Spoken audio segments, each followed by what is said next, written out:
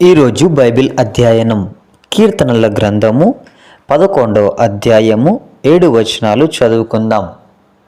ప్రార్థన. మిక్కిలి ప్రేమ కలిగిన దేవా, నీకు వందనాలయ్యా.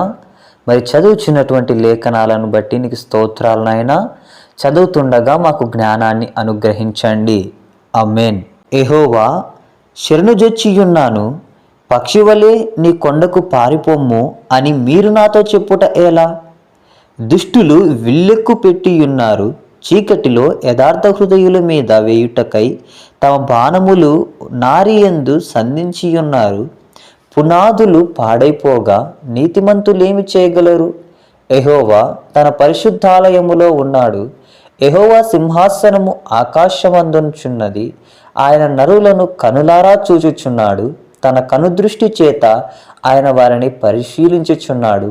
యెహోవా నీతిమంతులను పరిశీలించును, దుష్టులను బలాత్కారాశక్తులను ఆయనకు అసహ్యులు. దుష్టుల మీద ఆయన ఉరులు కురిపించును. అగ్ని గంధకములను వడగాలియు వారికి పానీయ భాగమగును. యెహోవా నీతిమంతుడు, ఆయన నీతిని ప్రేమించువాడు. యథార్థవంతులు ఆయన ముఖదర్శనము చేసెదరు. ఆమేన్. చివరి ప్రార్థన. మిక్కిలి ప్రేమ కలిగిన దేవా, నీకు స్తోత్రాలునైనా. అయా మరి నీతిమంతులుగా ప్రభావ మమ్మల్ందరినీ తీర్చేందుకు నీకు స్తోత్రాలు. అయా మరినైనా తండ్రి, నీతిమంతులనైనా తండ్రి నీ ముఖదర్శనము చేసేదని నీ వాక్యం సెలవిచ్చినటువంటి ప్రకారంనైనా నీ ముఖ కాంతి చేత నా తండ్రి మేమందరము కూడా ప్రభువ దర్శింపబడుటకు కృపలో జ్ఞాపకం చేసుకోమని సహాయం జరిగించమని యేసుక్రీస్తు నామంలో అడిగి వేడుకుంటున్నాను తండ్రి. ఆమేన్.